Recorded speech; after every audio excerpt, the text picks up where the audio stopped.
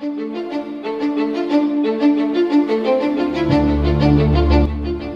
মহাদেশ থেকে আরেক মহাদেশে পণ্য নিয়ে যেতে পার করতে হয় গভীর সমুদ্রপথ, আর সেই পথ পাড়ি দেয় বিশাল আকৃতির কন্টেনার ভর্তি জাহাজ। কখনো কি ভেবে দেখেছেন এই বিশাল কন্টেনার জাহাজগুলো যখন দুর্ঘটনার সম্মুখীন হয় তখন এর মধ্যে থাকা মালসামালগুলোর অবস্থা কি হয়? কোথায় যায় এই পণ্যগুলো? কেই বা হয় এর মালিক? কন্টেনার বহনকারী জাহাজ বা কার্গোবাহী জাহাজ। বিশাল আকৃতির এই জাহাজগুলোতে 20 থেকে 40 ফুট দীর্ঘ বহু কন্টেনার বহন করা হয়। এর ভেতর বাল্ক ও তরল পণ্য ছাড়াও থাকে দামি, বিলাসবহুল ও গুরুত্বপূর্ণ পণ্য সামগ্রী। এই কন্টেনারগুলোর মালিকানা সাধারণত শিপিং কোম্পানি বা কন্টেনারের প্রকৃত মালিকের থাকে। কিন্তু ভাবুন তো, যখন কোনো দুর্ঘটনার শিকার হয় এই কন্টেনার বহনকারী জাহাজগুলো, তখন এই কন্টেনারগুলো উদ্ধার করা হয় কিভাবে? যদি কোনো কন্টেনার সমুদ্রে পড়ে যায়, সাধারণত সেগুলো উদ্ধারের কোনো ব্যবস্থা নেওয়া সম্ভব হয় না।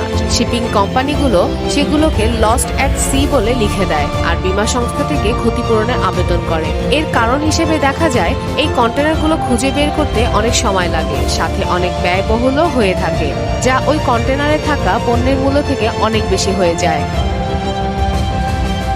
তবে অদ্ভুত ব্যাপার হলো এই কন্টেনারগুলো এমন ম্যাটেরিয়াল বা প্রযুক্তি দিয়ে বানানো হয়ে থাকে যে সমুদ্রের বুকে এগুলো পুরোপুরি না ডুবে গিয়ে অর্ধেক ভেসে থাকে অনেকক্ষণ। আর এতেই শুরু হয় এক অদ্ভুত কাণ্ড। এই ভেসে যাওয়া কন্টেনার যেমন একজনের জন্য ক্ষতি হয়, আবার ঠিক অন্যের জন্য হয় জীবন পরিবর্তন। যদি কেউ এই ভাসমান কন্টেনারগুলোর একটিও খুঁজে পান, তাহলে এটিকে ল ফাইন্ডার্স কিপার্স নি এর আওতার অন্তর্ভুক্ত করে ফেলে, যার অর্থ হলো যে পেয়েছে সেই মালিক। আর যে ব্যক্তি এই ভাসমান কন্টেইনারটিকে ডাঙ্গায় নিয়ে আসতে সক্ষম হয়, তখন সেই দেশের নিয়ম অনুযায়ী কন্টেনারে থাকা সব জিনিসের মালিক ওই ব্যক্তি, হোক সেটা গাড়ি, বিলাসবহুল জিনিস বা সামান্য কোনো কিছু।